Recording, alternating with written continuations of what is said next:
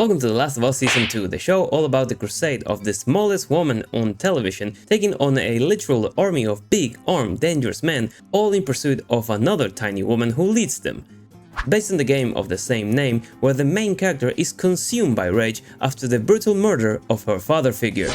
Yeah, look at all that rage. Where explicit lesbian sex, disemboweled bodies, full frontal nutsacks. Wait, what was that? You missed it? Oh boy, our bad. There it is again.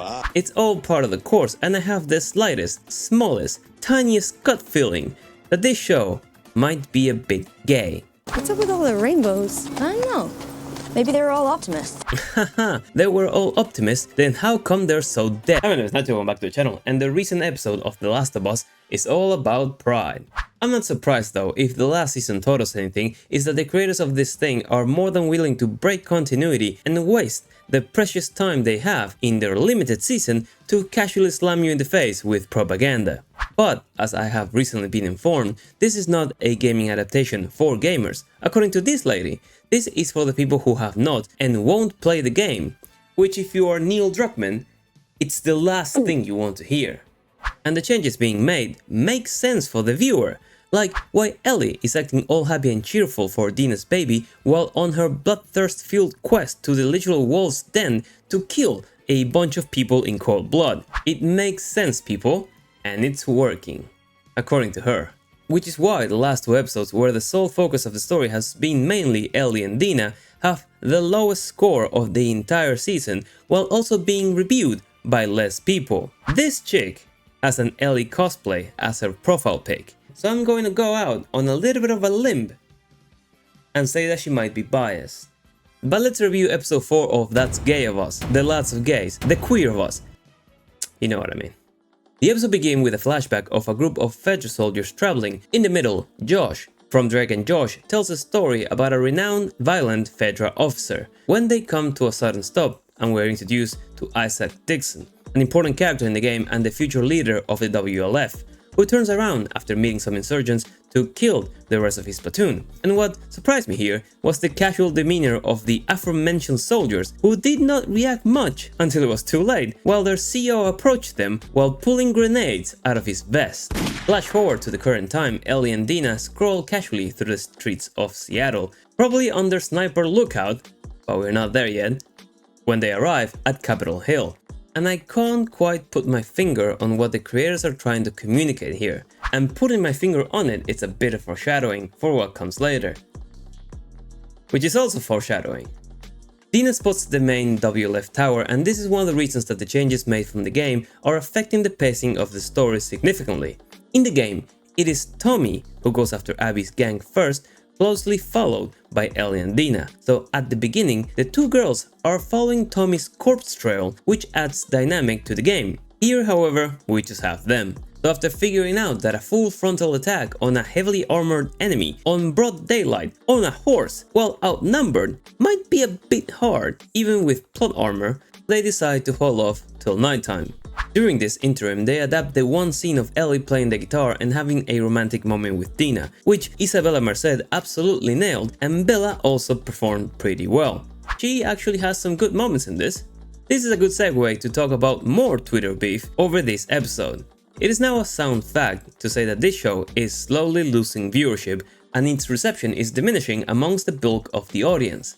I'm willing to assume that the people who play both games were the first one out, same with the non-gamers that are now realizing why there hasn't been a whisper of The Last of Us Part 3 in 5 years.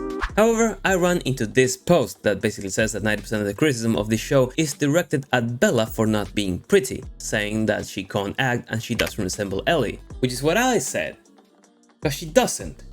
Isabella and Caitlin don't look like Dina or Abby either, but because they are beautiful, no one questions them. What a weird concept to have attractive people on television. So, does Game Ellie resemble Bella? No. A resounding no. The changes of the story and how Ellie is played by Bella make it a completely different character. In the scenes that are direct copies from the game, she does very well, because she is playing a pre-established scene and she's a good actress, which is the bare minimum anyone could ask for. But when she's freeballing, like in every scene implemented to paint her as a badass, Like when she fights men 3 times her size, for example, she's the most obnoxious little shit imaginable, and as someone pointed out, she has anti-charisma, which makes people not want to watch anymore. Except for those who froth over her because they are biased. Isabella and Caitlin resemble their characters slightly. Dina is now a hotter version and more of an eye candy for both the men and women after her in Jackson, and Abby now looks like an actual woman and not an insanely preserved apocalyptic bodybuilder. But fair is fair, they don't look like the game. Much like Pedro. However, the lack of criticism towards them stems from them not being the fucking protagonist and having to carry the show on their own. Pedro Pascal, despite his many flaws and not looking exactly like in the game, was a compelling figure for the audience to latch onto, who carried the show very well alongside Bella. And I feel like I don't need to point this out because you the viewer are probably smart enough to not call a tomato a vegetable and you'll understand my next point, but I'm gonna do it anyways. It is not a bad decision to have beautiful people in your TV show, in a visual media, no matter how fair or based you think you are. Attractive people are perceived better than less attractive people. Is that a fact? That's a fact. I.e., Luigi.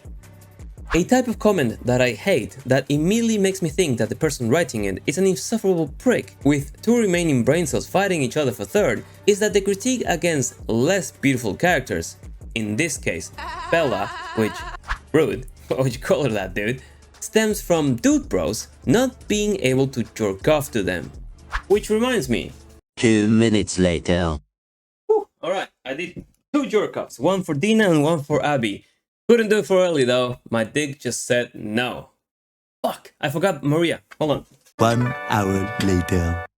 Nope, couldn't do it. But all jokes aside, this, I gotta try to be polite here, fucking dumbass, I failed. Talking shit saying that because Bella is not Sydney Sweeney, gooners can't goon to her. My Brother in Christ is a TV show based on the game. You already have a character to base the casting on. Everyone on HBO, and Neil Druckmann especially, wants the show to do well so they can sell fucking video games. So choosing Bella instead of 2 other actresses that look just like Ellie is an incredible sus oversight, which is not aided by the fact that Bella has already been in an HBO show, knows a lot of people in the production teams, and is one of those non-binary weirdos that just so happen to fit the current Hollywood agenda. In all honesty, we should go back to the times where ugly people made music and pretty people made TV. Plus, everyone immediately attacked the straight males.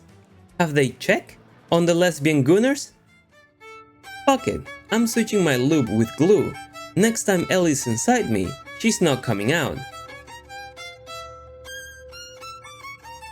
Jesus Christ. But back to the show. Hungry? Starving. Great. Come on, I'll make us beef jerky. Beef jerky takes 10 hours to make. You make beef jerky before you leave. Nitpicking. We cut to the WLF headquarters where Isaac, played by Jeffrey Wright, is torturing a Seraphite for information, but he gives him bollocks. Great scene from a seasoned actor with lots of gravitas. If only the good guys have someone like him. Oh wait, this scene, let's just say, took a lot of balls to make, but we're further introduced to the war between Scars and the Wolves. Ella and Dini make their way into the TV station where, much like in the game, they find some early Christmas decor, courtesy of the Scars. Dina gets sick from this, more on that later, when suddenly a squad of WLF barges in. They hide, going separate ways, and Ellie tries to find a way out of the top floor, but she finds herself cornered. Now, I don't know how loud that place is with the rain and shit, but I don't believe this guy can't hear this level of puffing behind him.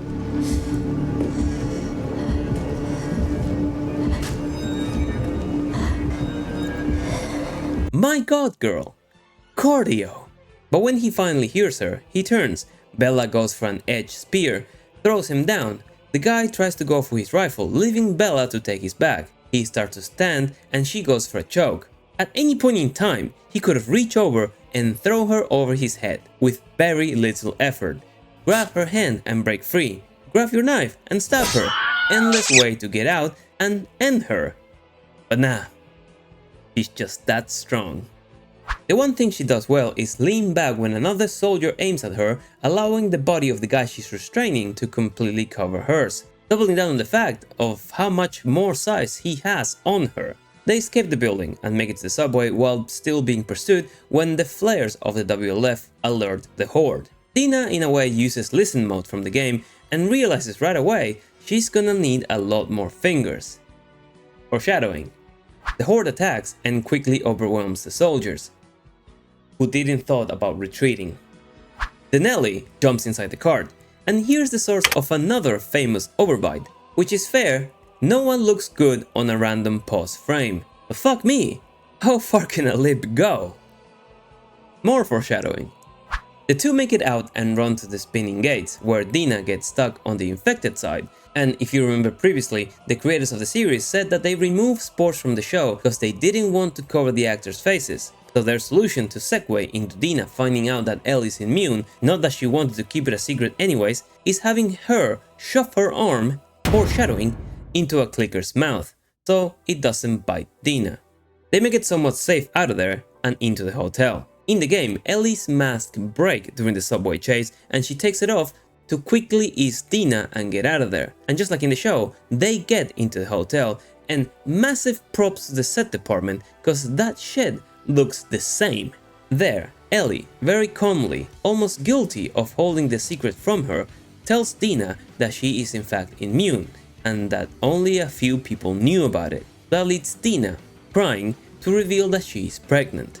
Switching over to the show, Dina, broken by the idea of Ellie turning, pulls her gun up and is ready to shoot her. Now, a lot of the heavy weight of this scene was done by Isabella. Just look at her, fully breaking down, holding herself from shooting what is now a love interest. Absolutely brilliant performance from her, which adds to the case that despite not looking exactly like the character, she is indeed a good casting choice.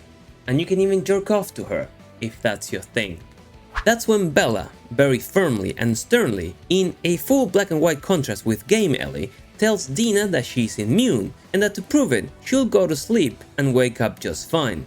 And in all fairness, despite the massive difference from how this scene plays out in the game, I liked the "Dina, do not fucking shoot me" bit from Bella, cause she finally expressed something. The rest of the monologue, including this bit, A lot of times I wish this wasn't true. I'm gonna wake up exactly as I am right now. Me. Ellie is suicidal. Some shades of vulnerability were spotted here and there. After a quick nap, which is incredible after the sequence they had, plus the thunderstorm, plus her friend holding a gun against her, imagine just a random sleep apnea twitch and then boom! Curtains. Up next, Keeping Up with the Kardashians season 83. But after she wakes up, she shows the bite to Dina, who, props to the makeup department as well, looks like she's been run over by a train, fitting to the night she just had. With that in mind, let me know in the comments if you find it weird how pristine they both look after dragging themselves through a death-infested train cart and into the rain. That's when Donna tells her that she is pregnant. It's not yours. And unlike my reaction when a woman tells me that she's pregnant, Hey, you know what? You just left. they start going at it hot and heavy. Dina guides Ellie's hand down her own subway card, and we fade to black to a post-coitus morning.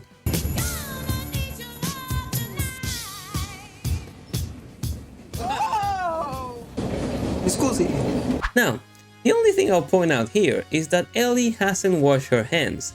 She killed a dude, crawled through a hole in the wall, ran through a subway, and bandaged her own bloody arm, slept in an old moldy chair, then went crawling into a different type of hold. And if you dare say, well, they just went through the rain, you are disgusting, and so is she. And this wouldn't be The Last of Us on HBO without making a complete mockery of the character of Ellie. So we're all having a baby. Holy shit. I'm gonna be a dad.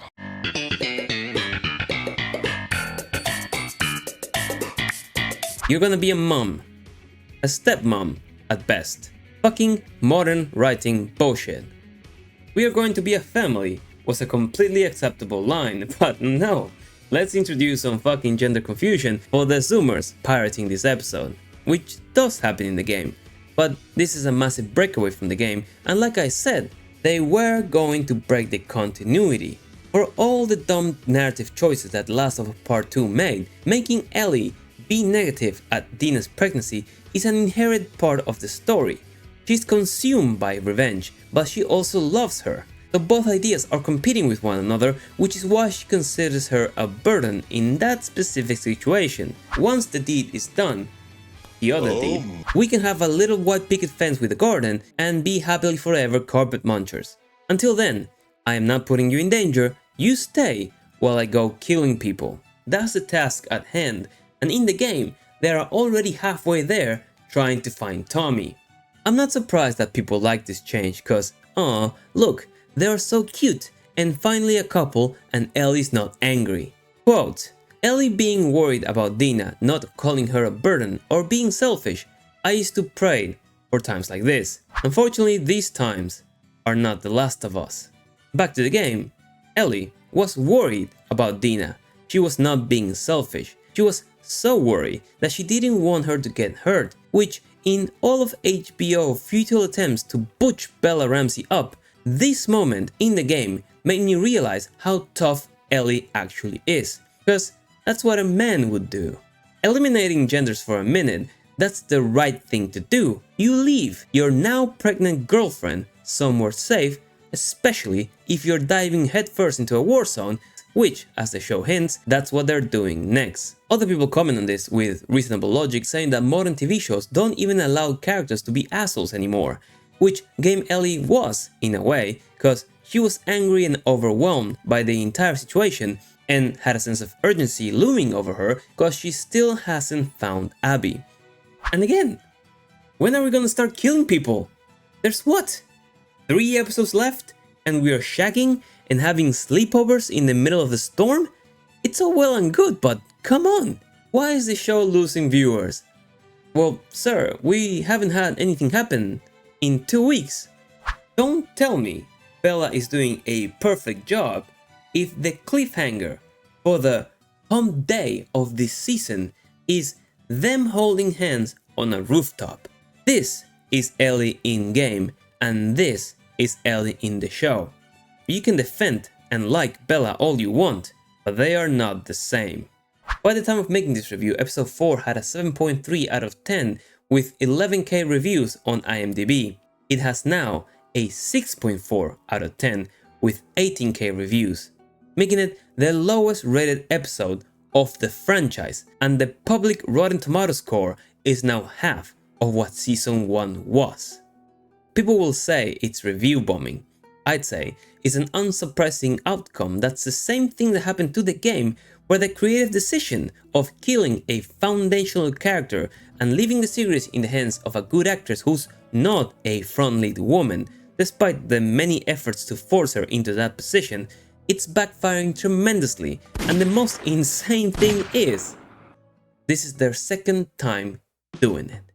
But if you watch this video, leave a like, let me know in the comments below if you agree with the creative changes of this episode. And as always, I've been Nacho, hope you enjoyed the video, and I'll see you in the next one. Take care.